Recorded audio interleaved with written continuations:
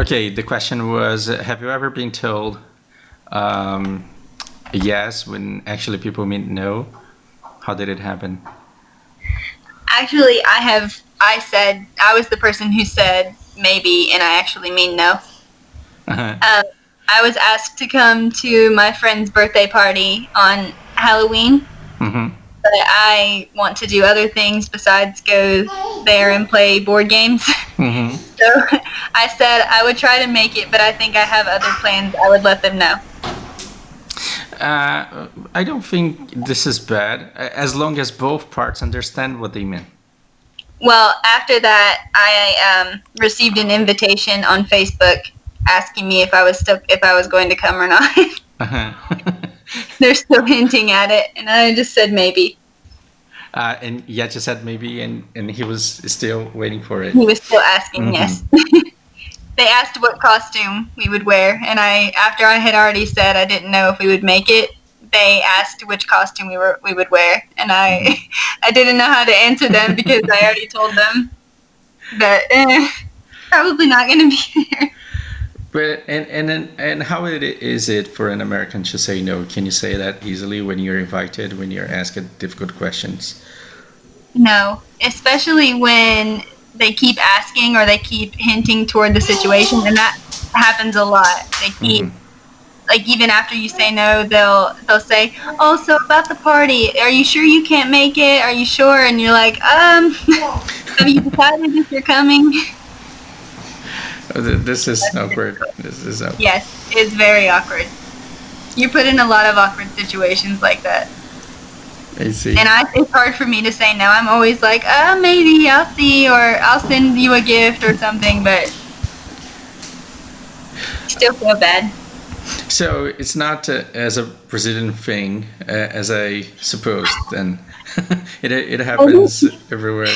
But when I compare with some other, I think that we are very similar in this sense. Mhm. But when I think of German, Japanese, you can move there and then get a lot of no's and feel that the people were bad or cold Mhm. and or reserved when it's actually just a matter of culture. And if you Right. say I'll see it, and I tell you, Just assume that it's no. so this se der eu apareço is fantastic. Like if possible, I pop up, and Mhm. but different from what happened in your case.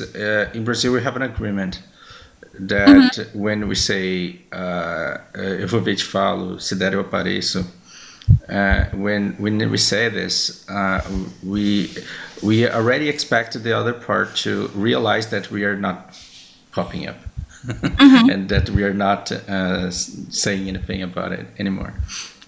I think there's a mutual understanding here, sort of, well, with most people. When you Mhm. say, I'll see, or I'll check, usually everyone assumes that's just a no, Mhm. that they're not coming. But you'll occasionally be put in the awkward situation. So have you decided if you're coming or not? And it's like, no.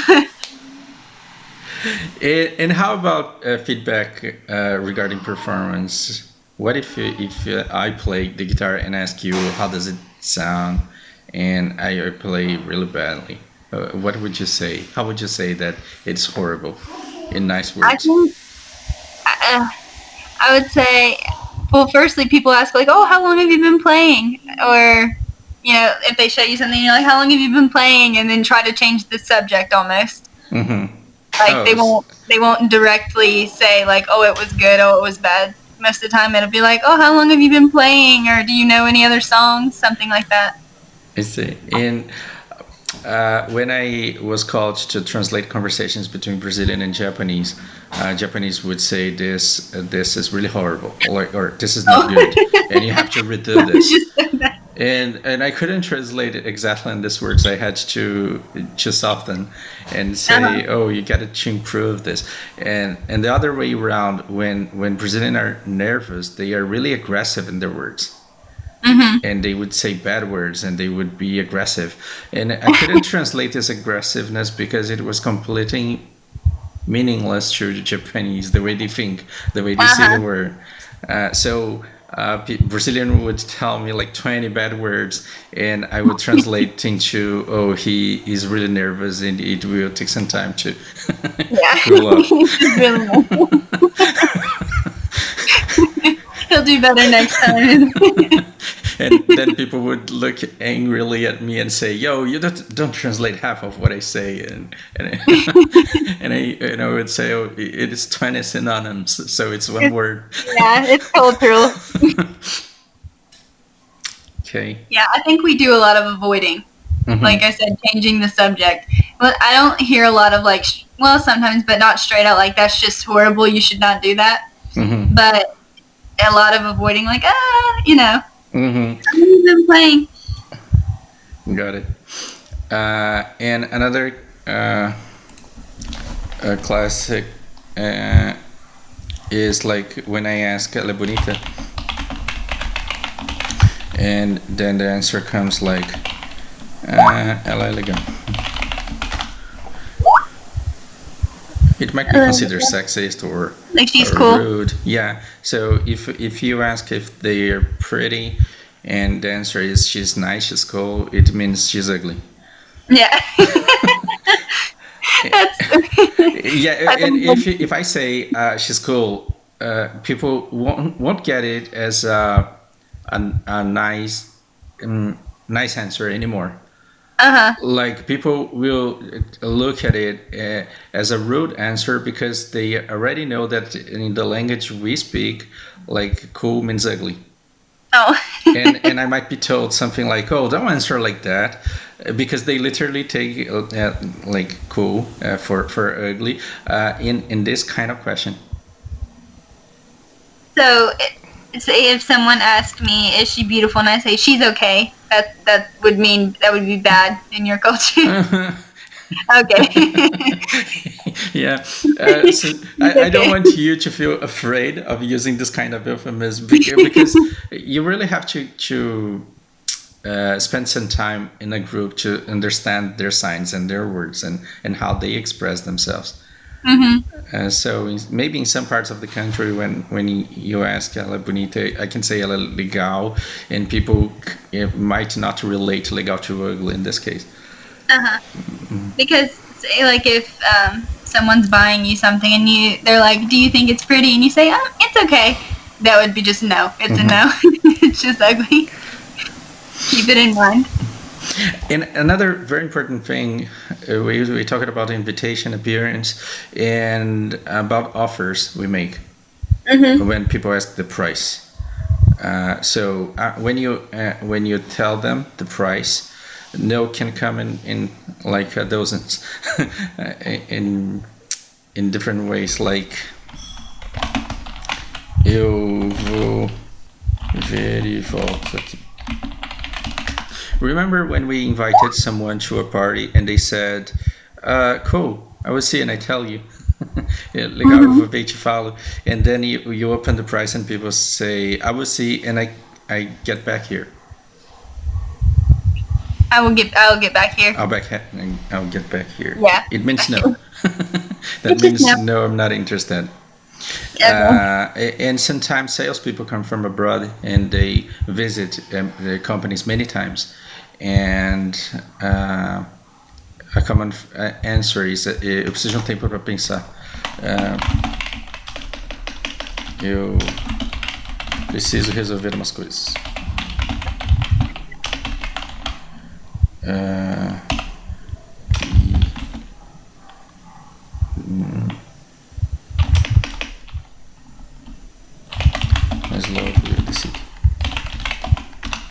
Okay, just a random possibility. It means literally I need to solve some things, but soon I decide. Oh, okay. Not going to decide. Yeah, this is a no. So if you are a sales representative and you visit this company and you make your offer and you get an answer like this is no, and you need to review your offer. Okay. So if you don't have a different offer, it's a waste of time to keep insisting and expecting people to decide. They just won't. Mm-hmm. Okay. I'll look over it and decide later. Yeah. So Like, eu vou.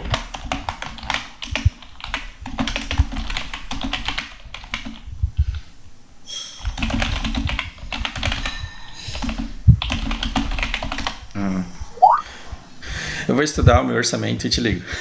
This means um, I will study my budget and I call you. I'll study my budget and I'll call you. No. So I cannot prepare you for all the hundreds of ways you will get a no here, but at least I can show you the way we think. Right. Like, If I hear maybe, then it's just yeah, no. whatever answer you get, that means I will see that later. It means a way to say no because we just can't say someone. Okay. So a good feedback would be a good feedback would be, oh man, there's another shop in the neighborhood and they have the same product, same quality. Their price is a little lower. If you want to succeed, you might check that, and you should check that. But then when we say that, if you tell in Japan, people say that all the time. They behave like this.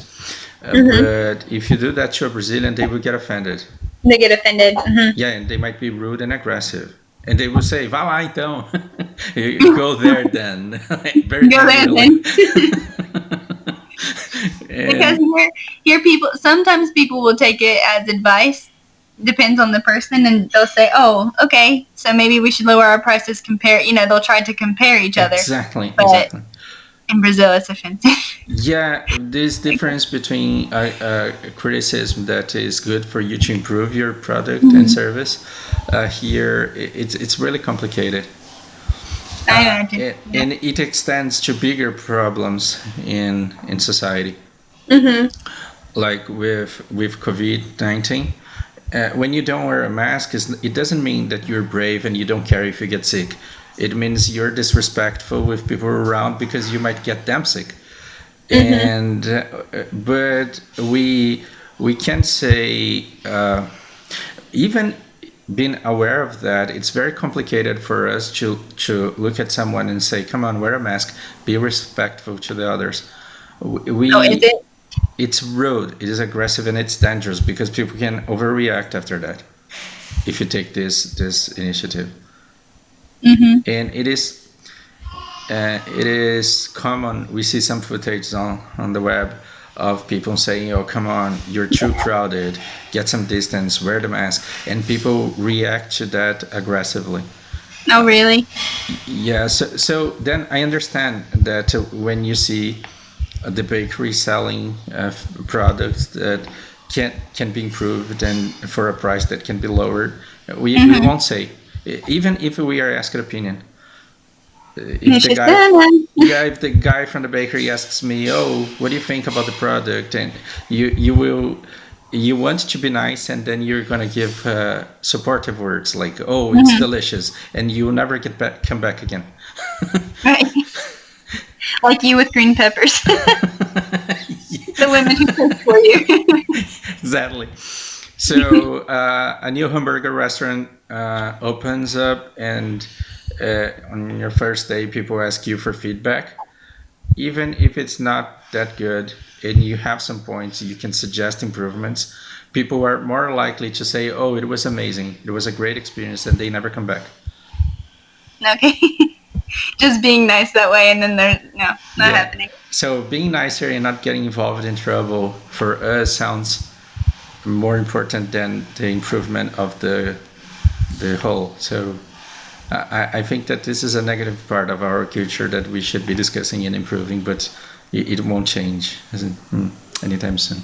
No. That's fine. Every culture has their thing. Yeah.